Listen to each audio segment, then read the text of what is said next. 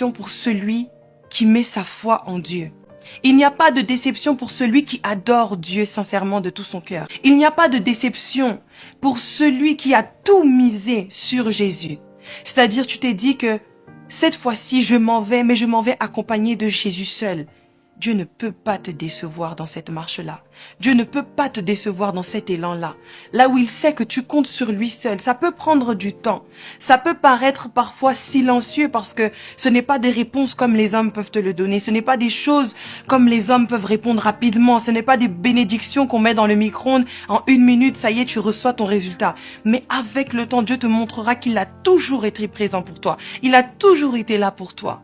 Dieu te montrera que à aucun moment il n'a lâché ta main. À aucun moment il a cherché à te décevoir. En aucun moment il avait oublié tes requêtes. Aujourd'hui, il s'agit de faire ce sacrifice. Le sacrifice de soi-même. Des fois, on a envie que les choses se passent comme nous on veut. On a envie que les choses se passent comme on les a déjà vues. On a envie que les choses se passent comme on l'imagine. Dieu ne peut pas avoir les mêmes pensées que les hommes. Et c'est ce que la Bible dit. Dieu n'a pas les mêmes pensées que nous. Les pensées de Dieu ne sont pas les nôtres.